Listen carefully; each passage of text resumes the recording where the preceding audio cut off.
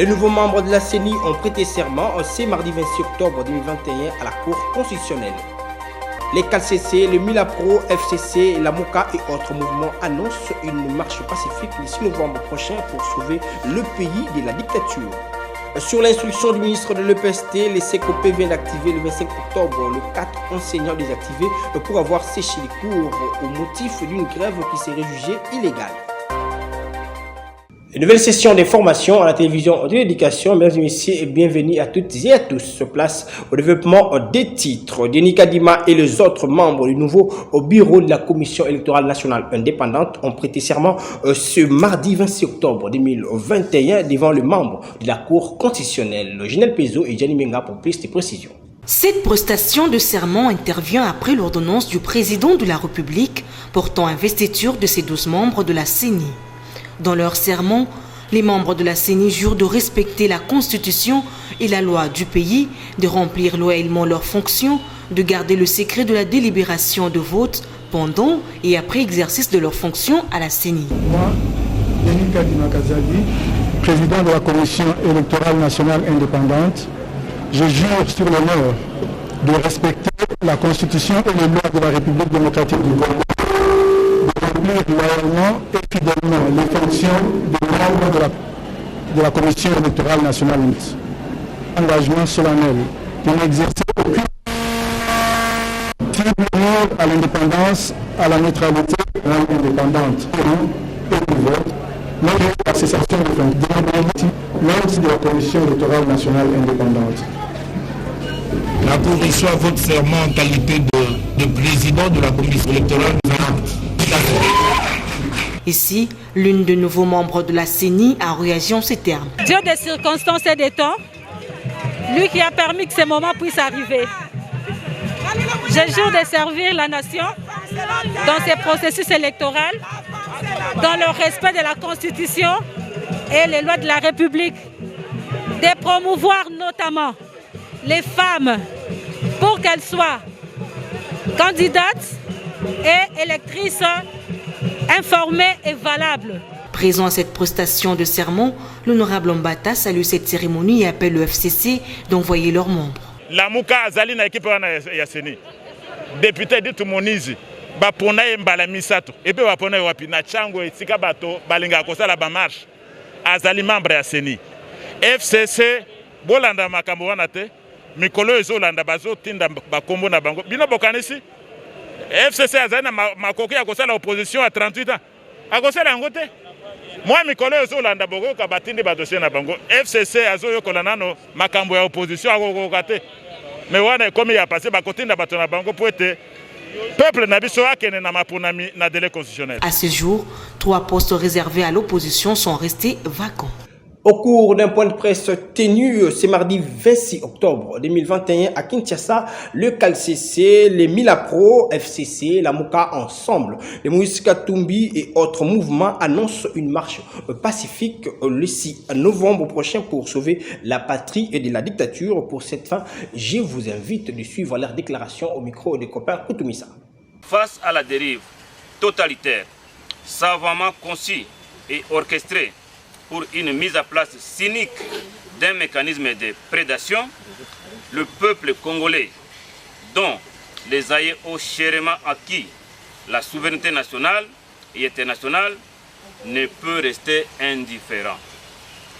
En aucun moment et d'aucune manière, l'ordonnance de nomination de quelques membres de la CENI ne constituera un acquis démocratique.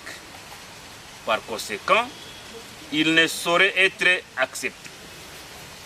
Il est clair que la scolarité des enfants et la prise en charge des enseignants, la persistance des massacres et tueries dans la partie est de notre pays, la problématique de la suppression totale du RAM et tant d'autres questions qui constituent les aspirations et les ententes des souverains primaires congolais sont les cadets des soucis du pouvoir dont les décisions répondent davantage à une volonté d'usurpation des droits fondamentaux du peuple congolais.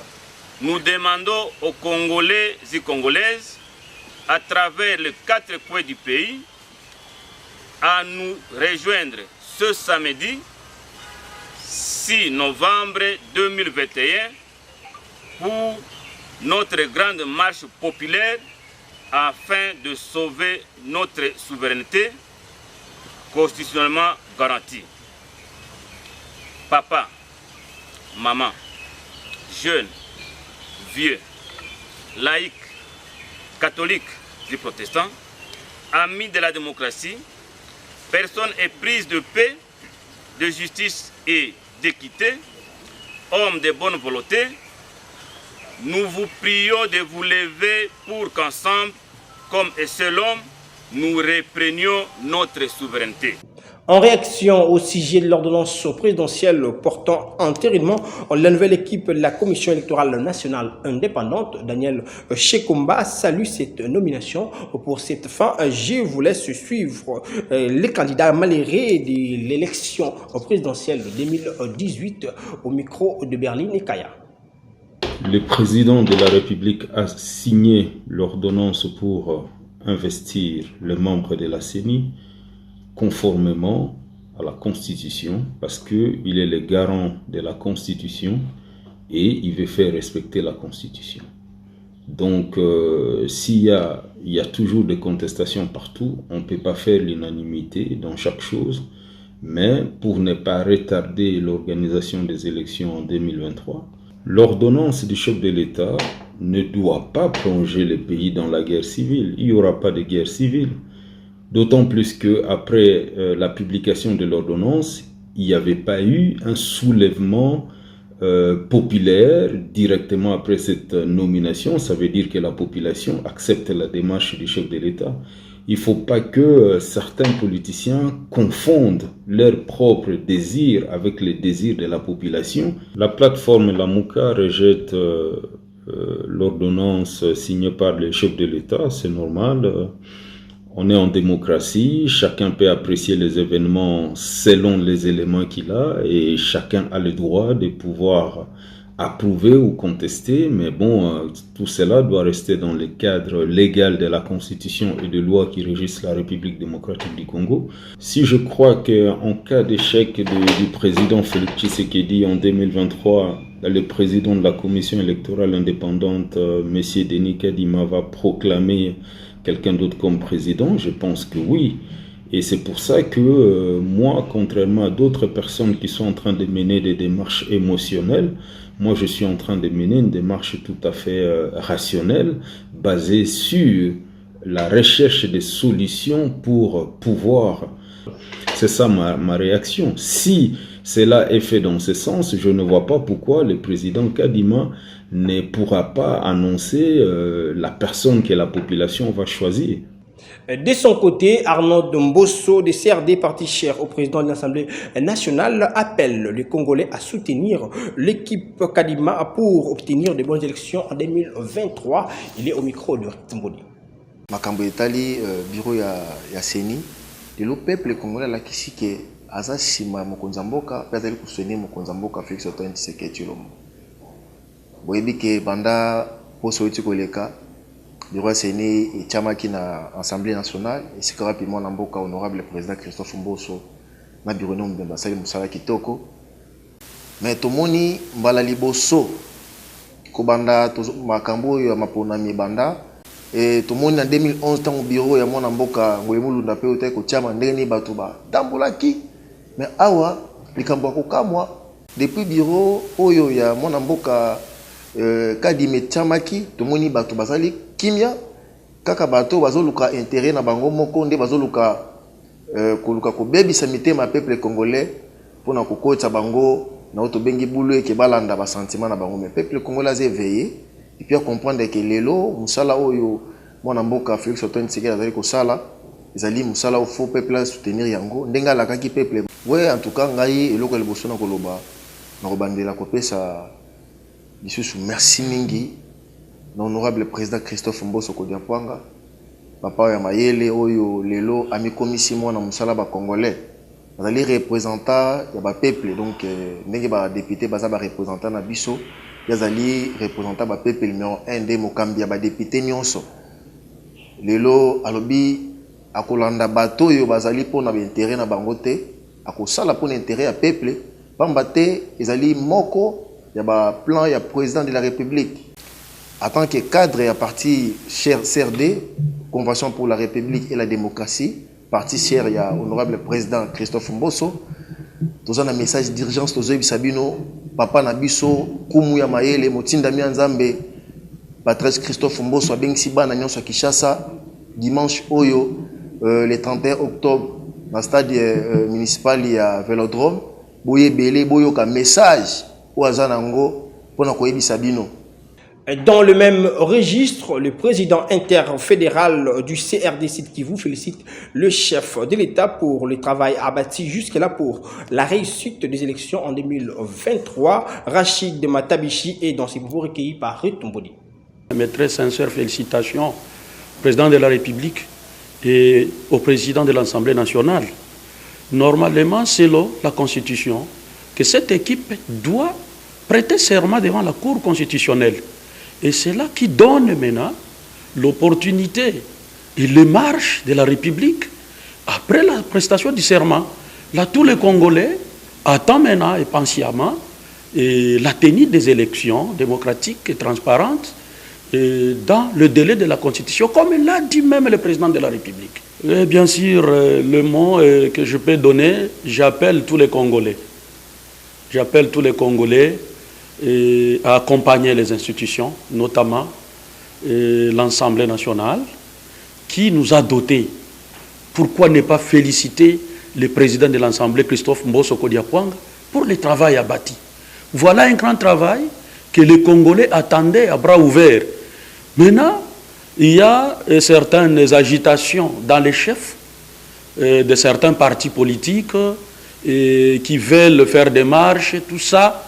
Mais moi, j'appelle tout le monde au calme. J'appelle tout le monde au concours. Parce que nous avons été dotés.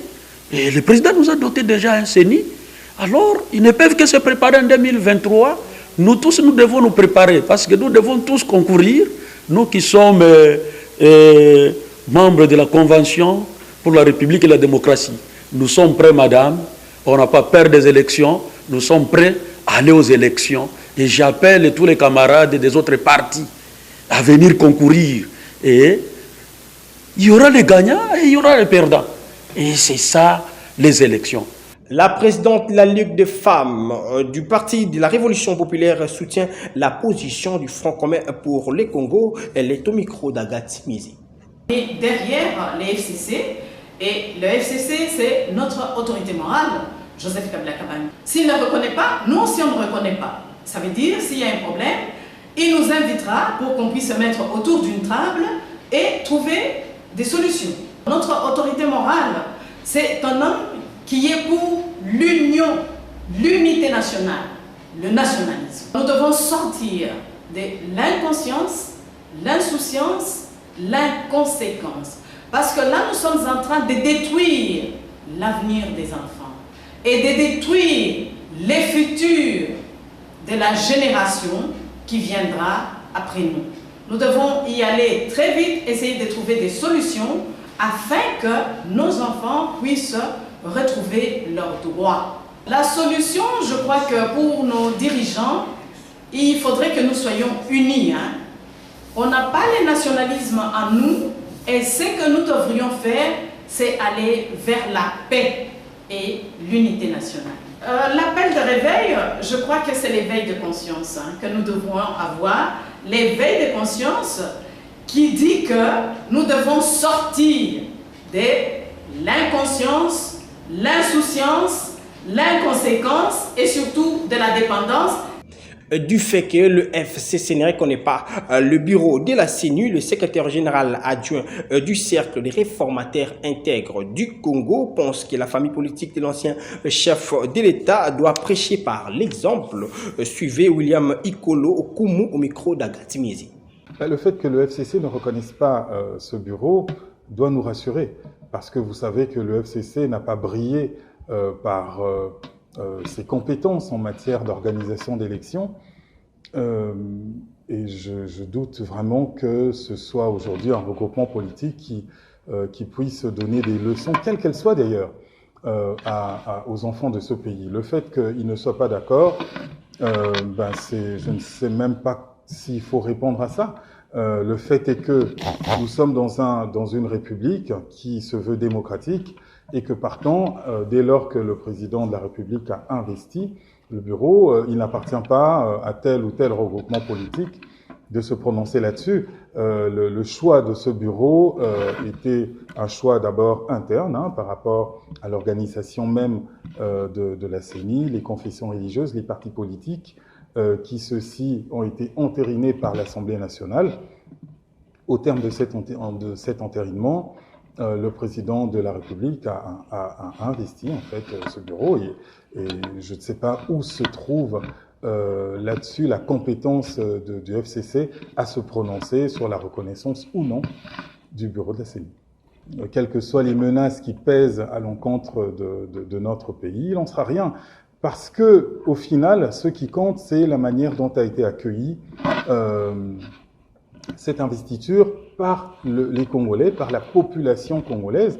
Et je pense qu'il est de bon temps que le chairman, M. Moïse Katumbi, vienne à Kinshasa. Il se rendra compte par lui-même que c'est simplement le meilleur chemin que nous pouvons choisir pour notre pays. Vous savez, la réputation de notre pays est une réputation que seuls nous, en priorité, devons défendre. Lorsque on a quelqu'un de compétent comme Denis Kadima à la tête d'une institution comme la CENI, c'est vraiment une compétence qui lui revient avant l'attribution, c'est quelque chose qui lui revient naturellement. En dépit de la décision issue du dernier Conseil de ministres supprimant la taxe RAM sur les appareils de deuxième génération du côté de la population, cette décision est un long événement. Suivez cet élément à de nos stagiaires. Cette décision sur la suppression de la taxe RAM pour les téléphones de deuxième génération n'est pas la bienvenue auprès de la population. Selon elle, le gouvernement devrait plutôt suspendre la dite taxe. Par rapport à ce que nous produisons sur RAM, tout d'abord, c'est une taxe. Moi, je crois que si c'était quelque chose, il s'agit de supprimer pour tout le monde. Pour tout le monde, parce qu'il y a un étudiant qui utilise le téléphone de la troisième génération et il n'a pas l'argent. Il y a celui qui peut utiliser le téléphone de la deuxième génération et il a un peu de moyens. Donc, c'est un peu bizarre. Moi, je crois que le gouvernement, s'il décide de supprimer RAM, il supprime RAM pour tout le monde. Moi, je dirais que non, que le gouvernement allait voir cette décision définitivement. On ne supprime définitivement ça parce que ça discrimine déjà l'État. Parce qu'on a un défi. Le concerné, le ministre est allé à l'Assemblée pour essayer de défendre cette taxe, mais il n'a pas su.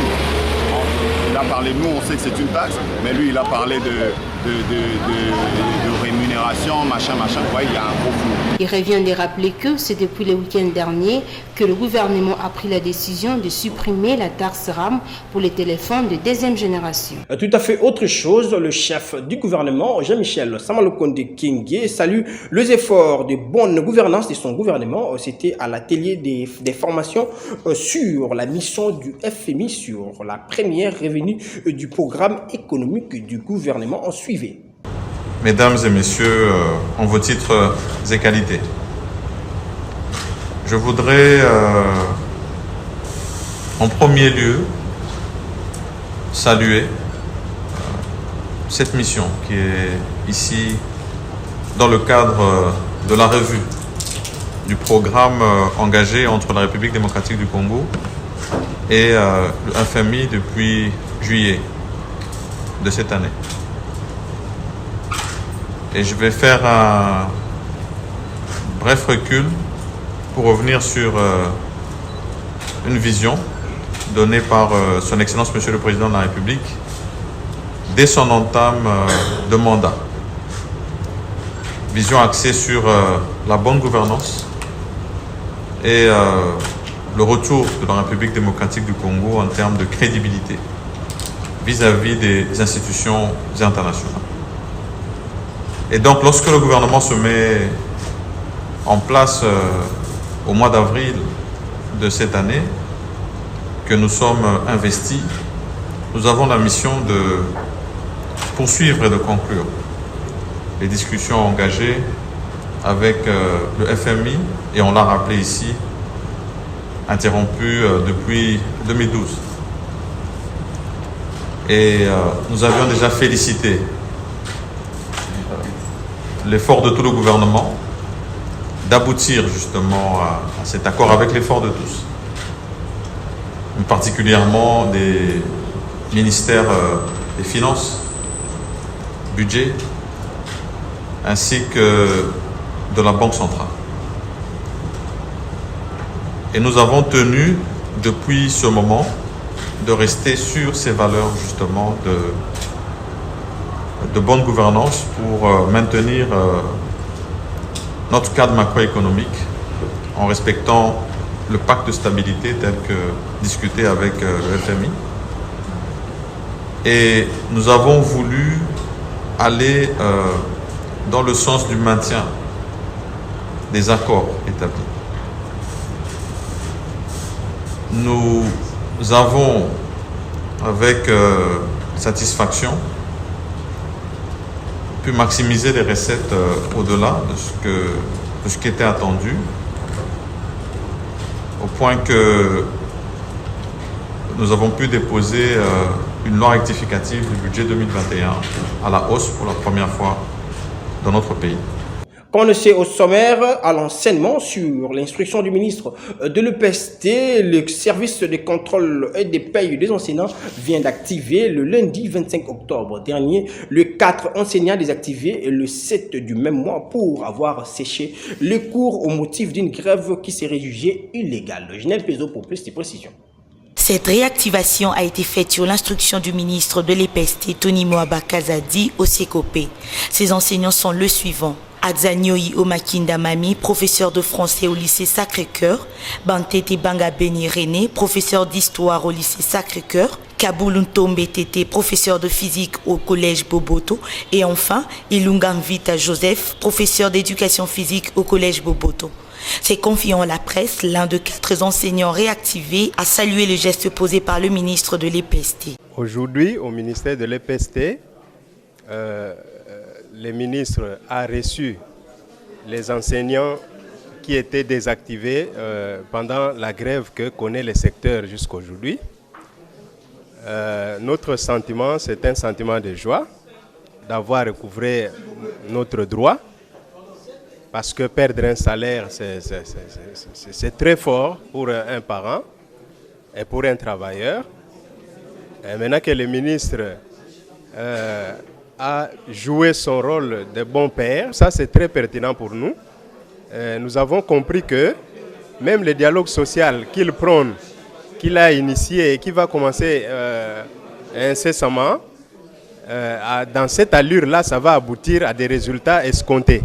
Nous avons été réactivés, ça du moins nous avons palpé du doigt. Pour sa part, le directeur de chef de service du CECOPE, Papi Mangobe, a rassuré que ces enseignants toucheront bel et bien leur salaire du mois de novembre. Nous le confirmons parce que ces enseignants viennent d'être réactivés dans le fichier de paye pour la paye du mois de novembre ici. Mais pour ce qui est de la paye du mois d'octobre, ils viennent d'être payés manuellement, sur instruction de son Excellence, Monsieur le Ministre. Ici est de rappeler que le pourparler entre le gouvernement de la République et le banc syndical de l'EPST reprennent le 28 octobre prochain. Parlons culture, dans ce journal, la ministre de la Culture, Art et Patrimoine, Catherine Katungu, a reçu le lundi 25 octobre dernier à Kinshasa, dans son cabinet de travail, le directeur du festival Amani, accompagné d'un élu de Goma dans la province du Nord Kivu. Au menu de leurs entretiens, les questions relatives aux préparatifs de la 8e édition de ce festival. Suivez.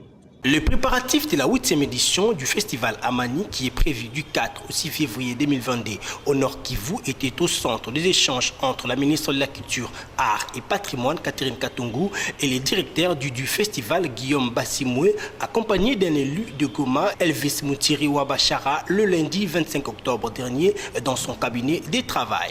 Ces derniers ont invité la ministre de la Culture à parrainer cette activité culturelle et aussi sollicité l'accompagnement du chef de l'État, Félix Antoine Tshisekedi. Il faut que sur le plan culturel, nous puissions donner au président de la République, à la nation, un bilan du président en exercice de l'Union africaine et un bilan culturel qui est une valeur de transmission aux générations futures. Il n'y a pas mieux que cet événement du festival Amani. Il s'est dénoté que le festival Amani, c'est une activité culturelle qui se déroule chaque année dans la ville de Goma, au Nord Kivu, dans le but de lutter pour la paix en République démocratique du Congo et dans la région des Grands Lacs. Parlons société pour boucler complètement cette session d'information depuis l'annonce du gouvernement de la République en ce qui concerne la baisse du prix des denrées alimentaires sur les marchés de Kinshasa. Le prix de font que prendre de la sincère, suivez ces constats faits par nos stagiaires. Les prix des denrées alimentaires dans la capitale congolaise ne font que prendre de l'ascenseur du jour le jour sur les marchés. Cette situation serait, selon certains analystes, les conséquences de la décision issue du Conseil des ministres sur la baisse des produits surgelés. Le sac de maïs, par exemple, qui s'est vendu entre 87 à 89 000 francs congolais, se négocie actuellement autour de 118 000 à 175 000 francs congolais. Le sac d'haricots vendu il y a peu à 50 $ américains passe entre 150 et 170 $ américains. L'huile de palme de 25 litres qui coûtait 20 000 francs congolais se négocie présentement à 40 000 francs congolais. Jusqu'à présent, les années réalisé. Donc, en plus,